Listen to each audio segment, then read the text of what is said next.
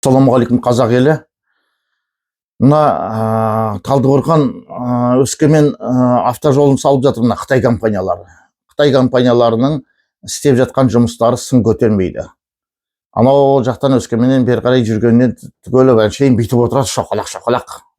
Енді бұрынағы жаман жолмен, тесік жолмен үйреніп алған бізге анау майша жағып қыздың баласындай көрініп тұр ғой.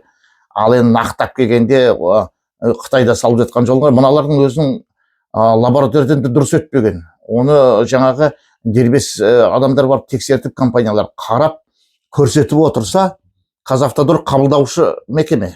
Олар көздерін жұмып, оған мән бермей отыр. Ана жолдың бәрі шоқалақ.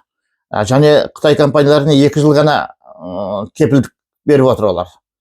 Кепілдік сұрап отыр Қытайлардан. Ал енді қазақ компанияларынан 5 жылға кепілдік сұрап отыр. 5 жылдың ішінде анау тесіліп бірдеңе болатын болса, онда жаңағы Қытай жаңағы сен жамайсың ма? Тегін деп отыр. Жарайды, дұрыс, 5 жылға істесін. Ал енді Қытай компанияларына неге 2 жыл? Оған да 5 жыл берсін. Олар неге 2 жылға ғана кепілдік алады екен? Сондықтан бұл енді Қазавтодордың Қытай компаниялары әкесі емес, шешесі емес, екі түбір қалғаны болмаса, басқадай болмаса өзінің жекеменшік жолын салғызып жатқан жоқ.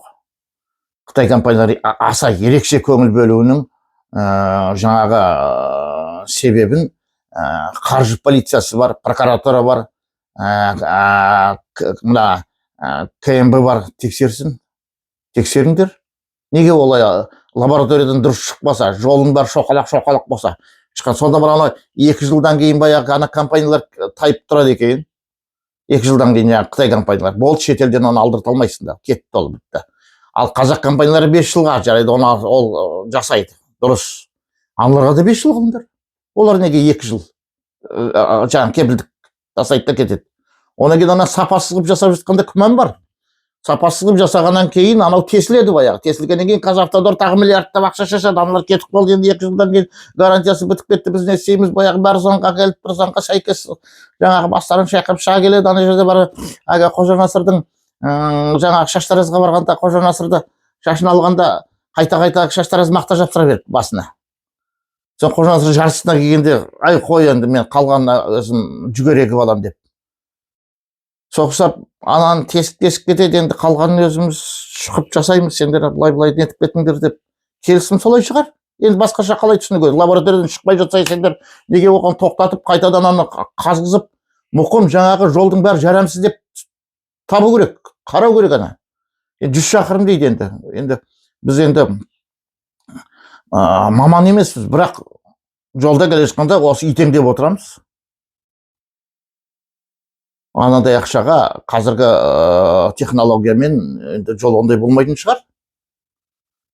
Сондықтан барлық компанияларға бірдей көзқараста қарап, бірдей лабораториядан өткізіп, және анау лабораториядан өтті деп өтірік қабылдап алса, Қазавтодорға жаңағы тексерген адамдарына жаңағы қылмыстық іс ашып отырып қарау керек. Мемлекеттің миллиардтаған ақшасын шашып тастап, оны көзі жұмып, өткізіп жіберіп, оның артында бірдеме тұрған шығар, әйтпесе бұл неге олай? Біреуіне былай қарап, біреуіне былай қарап. Болмайды олай. Президент мырза Тоқаевқа осы айтып жатқандарым жетсе екен. Және біз арызданып жатырмыз жан-жақтың бәріне. Арыздарымызға қандай жауап келеді, оның бәрін түгелін осы эфир арқылы айтып отырамыз.